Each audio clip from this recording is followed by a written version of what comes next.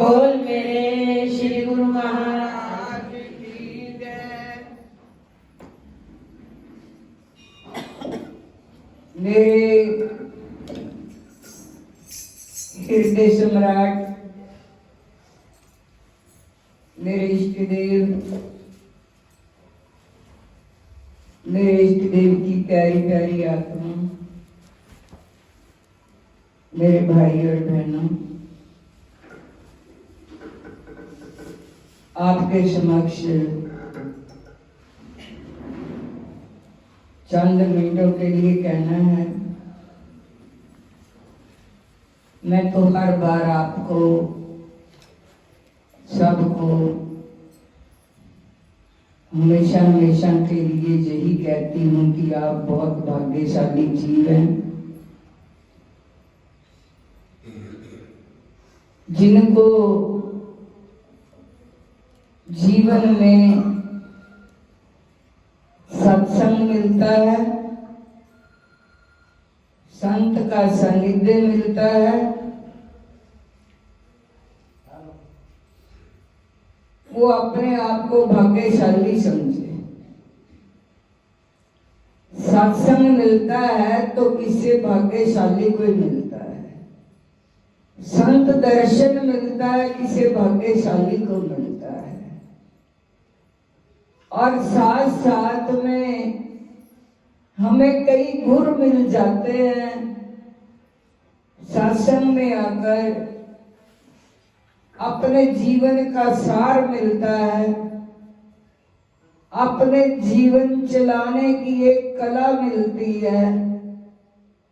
जीने को तो सभी लोग जीते ही हैं, लेकिन जो जीने की कला है वो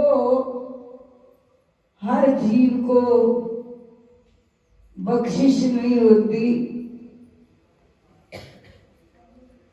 जब आईने के सामने जीव जाता है, चेहरे का जितना भी धब्बा होता है, दाग होता है, जो जीव को पता चल जाता है कि मेरे चेहरे पर जो धब्बा लगा हुआ है, किसका समक्ष होने से पता लगा? आईना का, शीशे का।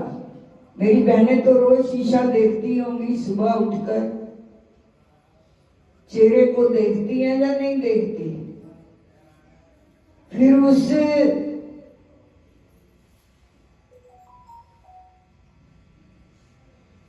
धब्बे को उतारने के लिए भी बार यदि कोई बात कर रहा है, तो यदि मेरी बात सुन रहा है तो शांत होकर वो आए जाए, बातचीत करें।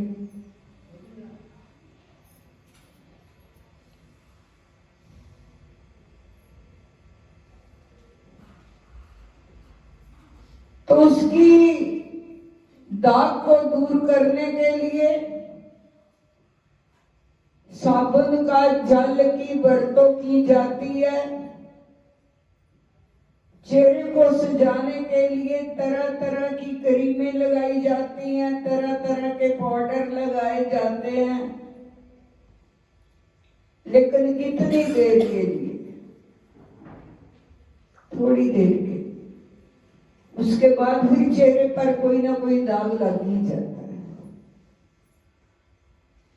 इसी तरह से सत्संग रूपी आईने के सामने आने से जीव को अपने भीतर के अंतःकरण का, हर जीव के अंतःकरण में कुछ ना कुछ चलता ही रहता है। वो धब्बा नजर आ जाता है, दाग नजर आ जाता है। ये अंतःकरण मन, बुद्धि, चित्त, अहंकार से बना हुआ है। मन की वेग को रोका नहीं जा सकता। बड़ी तीव्रता से मन का वेग चलता है। बुद्धि लेती है, विचार करती है कि मेरे मन में जो उठा है वो सही है या गलत है। बुद्धि निर्णय लेकर उस चीज को स्वीकार करती है। चित्त में विचार पैदा होते रहते हैं। अहंकारवश जीव निर्णय नहीं ले पाता, क्योंकि अहंकार इतना सवार हो जाता है जीव पर।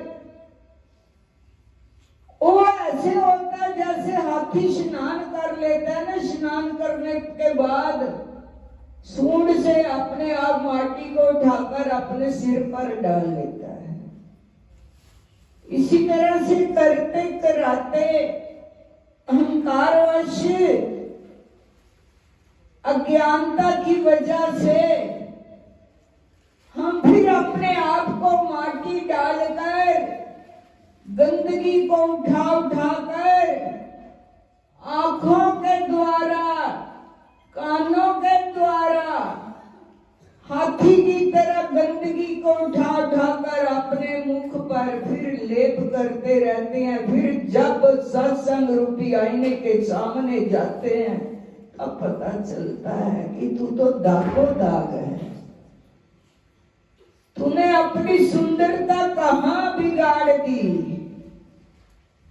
बाहरी शरीर की सुंदरता को नहीं लेना, भीतर की सुंदरता को लेना है भाई। फिर इस आईने के सामने आकर जीव को पता चलता है कि इसकी धुलाई कैसे करनी है। इसकी धुलाई होती है सिमरन से, सेवा से, सरलता से। हृदय की सरलता भी बहुत जरूरी चाहिए। ऊपर से खुशबू खुशबू लगाकर हम लोग अपने आप को टिप टॉप जानकर सोच लेते हैं हम तो बहुत बड़े बन गए।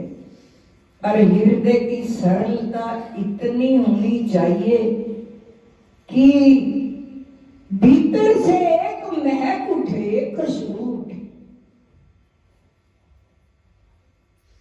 सत से,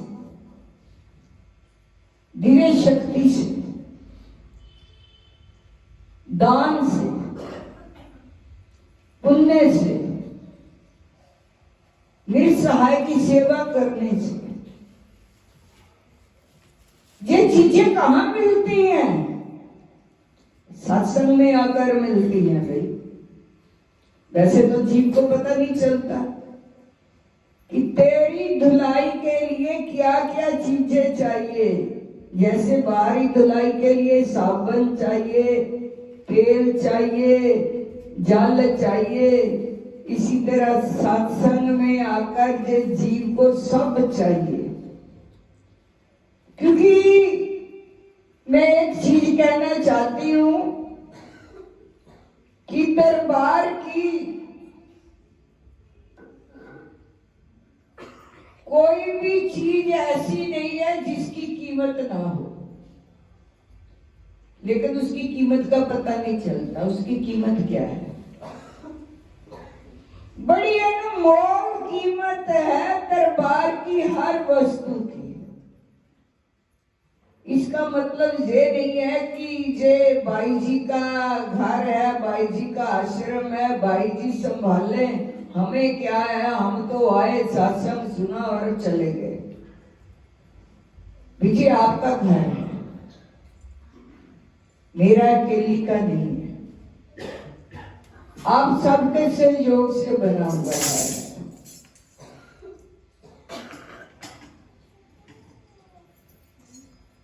नीचे आप सबके सहयोग से बना हुआ ये घर है। इसकी हर चीज अनमोल है। इसकी कीमत दी नहीं जा सकती। जहां भी जिसका कुछ लगा हुआ है, समझ लीजिए कि वो कल्याण का कारक बन गया। लेकिन हम लोग, जो मैंने पहले बोल दिया कि हाथी अपने आप ही झुंड से अपने ऊपर माटी डाल लेता है, ऐसा ही हम करते हैं। हमें ये पता नहीं चलता कि ये क्यों बना है ऐसा। एक बार कहते हैं, एक खेती का काम किसान करता था और उसने अपने बेटे को 500 रुपया खेती से जो गुरु घर के लिए बचाकर रखा था वो दिया कि जाओ गुरु गोविंद सिंह जी के दरबार में, वहां जाकर जे 500 रुपया भेंट कर देना। उस लड़के ने वो 500 रुपया वहां जाकर भेंट कर दिया। बोल दिया, मेरे पिताजी ने जे आपको सेवा भेजी है। हमारे भी यहाँ कई लोगों के हाथों में सेवा आ जाती है कि भाई जी को दे देना, वो स्वीकार हो जाती है। तो जब उस लड़के ने सेवा दी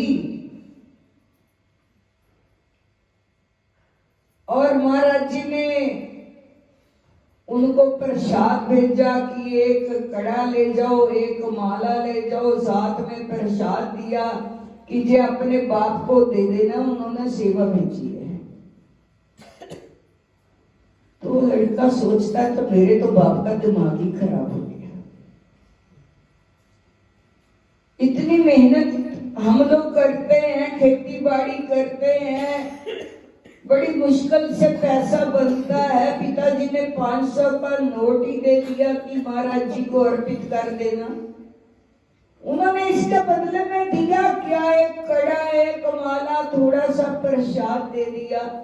कड़ा कितने का होगा? माला कितने की होगी? प्रसाद कितने का होगा? बस ये विचार करता करता वापस जब लौट रहा था, सोच रहा था हम इतनी मेहनत करते हैं खेतों में, जे दान लेने के लिए बैठे हुए हैं, इनको मुफ्त में इतना इतना पैसा चढ़ावा चढ़े जाता है। सोच ही रहा था, आगे से एक गुरुमुख मिल गया। कहने लगा, भाई कहाँ से आ रहे हो?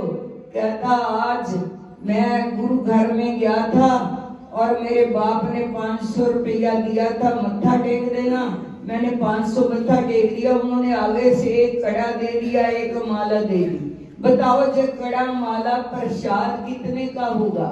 हमारे बाप का तो दिमाग ही नहीं है। हम सारा दिन मेहनत करते हैं, ये बैठे ऐसे गद्दियों पर बैठे हुए दान ले लेते हैं। इतना उसने कहा। वो गुरुमुख कहता है भी ऐसी बात है आपके दिमाग में, यदि ये प्रसाद मेरे को आप लोग देना चाहो तो दे सकते हो। क्या दोगे इसका? कहता, मैं 600 रुपया दूंगा। तू 500 में लेकर आया ना, मैं तेरे को 600 रुपया देता हूँ और ये प्रसाद सारा मेरे को दे दो। कहता, भाभी सौदा तो बहुत अच्छा बन गया। कहाँ 500, कहाँ 600 मिलने को तैयार हो गया जी देने को। मैं प्रसाद इसको दे देता हूँ, कड़ा भी और माला भी, प्रसाद भी, मैंने ले जाकर घर में क्या करना है। तो वो उसने 600 रुपया लिया और प्रसाद दे दिया। प्रसाद दे दिया, घर गया, बड़ा खुश, बहुत आनंद। घर गया, बाप ने कहा वो महाराज जी ने प्रसाद तो जरूर भेजा होगा, वो प्रसाद क्या लेकर तू आया मेरे लिए? कहता, देख लिया तेरे महाराज जी को प्रसाद भेजा। 500 रुपया पता नहीं कितनी मेहनत करके हम लोग कमाते हैं। आप लोग ऐसे कहते हो वहां दे आओ, वहां दे आओ। उन्होंने मेरे को एक कड़ा दिया था, एक माला दी थी, प्रसाद दिया था। फिर वो लाओ, कहाँ है? कहते, वो तो मैंने रास्ते में दे दिया। रास्ते में कैसे दे दिया? एक शख्स आया था, वो कहने लगा, तुमने 500 रुपए में लिया है प्रसाद, मैं 600 देता हूँ, मेरे को दे दो। मैंने सारा प्रसाद उसको दे दिया। बाप माथे पर हाथ मारकर बैठ गया। कहते, तेरे को क्या पता वो प्रसाद हमें कहां कहां हमारी रखवाली करता है, हमें कितनी बीमारियों से बचाता है। हमारे घर में कितनी बरकत लाता है, तेरे को क्या पता। कुछ टाइम के बाद घर का हालात इतना खराब हो गया, इतना खराब हो गया, कहने लगा कि अब तू ऐसा कर, प्रसाद तो चलो खा लिया होगा, लेकिन वो कड़ा और माला तो उसके पास पड़ी होगी, आप उसको जितना भी पैसा मांगता है उतना पैसा देकर वो कड़ा और वो माला वापस ले आओ उस शख्स से। तेरे को पता घर की हालात क्या हो, कितनी बीमारियों से हम लोगों को बचाता है दान, कितने घर में बरकत लाता है दान। उसके दिए हुए में से थोड़ा सा हिस्सा निकाल कर हम लोग दान करते हैं, सारा तो नहीं ना करते हैं। वैसे तो शास्त्रों के अनुसार दसवंध कहा गया है कि यदि आप लोग 100 रुपया कमाते हो रोज का तो 10 रुपये रखो, 200 कमाते हो तो 20 रखो, 1000 कमाते हो तो 100 रुपया रखो। ये सिद्धांत है कि इतना पैसा गृहस्थी को अलग करके रख देना चाहिए। वो शख्स कहता है अपने बेटे से बहुत वो देता है, उनमें से थोड़ा सा हिस्सा निकाल कर हम लोग देते हैं, उसी का दिया हुआ, हमारा नहीं। उसमें से मेहनत करने को कितने लोग करते होंगे, कितने की झोली में कितना पड़ता होगा, वो तो वही जाने जिसको वो जना दे। तो हम तो थोड़ा सा हिस्सा उसके दिए हुए में से थोड़ा सा हिस्सा, 10वां हिस्सा, 10वां भी किया आजकल तो कुछ भी नहीं है, उसके मुकाबले में कुछ भी नहीं है। पहले संत फकीर अपना 10वां हिस्सा घर घर में जाकर अपना निकलवा लेते थे, निकालो जे हमारा हिस्सा बनता है, ना जाने जे हमारा हिस्सा रख कर आप लोग कल को दुखी हो जाओ। यह तो कितनी चीजों से बचाता है, कितनी बीमारियों से बचाता है, कितनी बरकत हमारे घर में लाता है। जाओ उससे वो कड़ा और माला वापस लेकर आओ।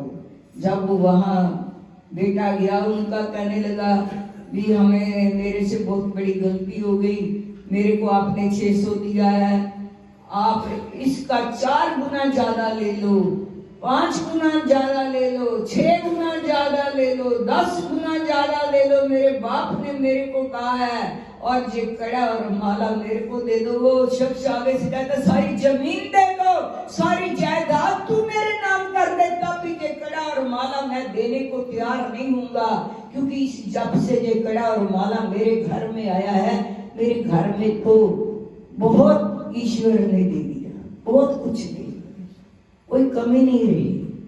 यदि हम उसका दिया हुआ मानकर अपने परिवार में खर्च करते हैं, अपने खान पीन में खर्च करते हैं, ये उसी का दिया हुआ है, इसमें हमारी कोई मेहनत नहीं है, हमारा कर्म है, हम लोग कर्म करना है, हम लोगों ने कर्म करना है, इससे आगे कुछ नहीं करना। देना ना देना ये मालिक के हाथ में है। कहता सारा कुछ दे दे, तू चाहे मेरे नाम करवा दे, अब जो कड़ा माला तेरे को मैं देने वाला नहीं हूं, अपने बाप से बोल दे, जहां से तेरे को ये कड़ा माला मिला हुआ है वहां जाकर फरियाद कर। वो तो सबकी सुनते, वो कोई भी शख्स ऐसा नहीं है जिसको खाली भेजते। तू एक बार वहां जाकर फरियाद कर और क्षमा याचना कर, मांग माफी, मेरे से गलती हो गई, वो सबको माफी देने वाले हैं। एक बार तू जाकर देख तो सही, फिर तू हरा भरा हो जाएगा, फिर तेरे घर में धन दौलत की अंबार लग जाएंगे। एक बार जाकर देखो।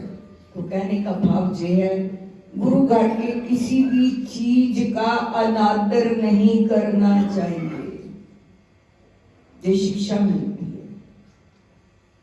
हर कण कण में प्रभु का वास है।